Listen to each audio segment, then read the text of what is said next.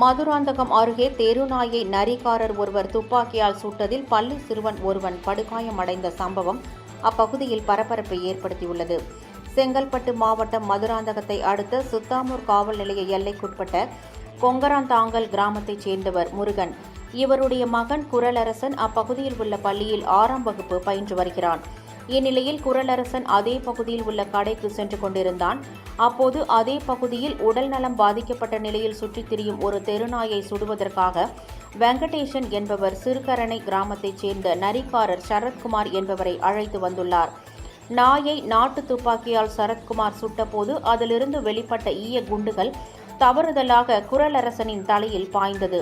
உடனடியாக குரலரசனை பெற்றோர் மற்றும் உறவினர்கள் மீட்டு சிகிச்சைக்காக செங்கல்பட்டு அரசு மருத்துவமனைக்கு கொண்டு சென்றனர்.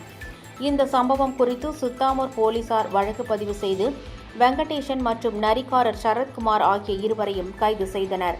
இச்சம்பவம் அப்பகுதியில் பரபரப்பை ஏற்படுத்தியது.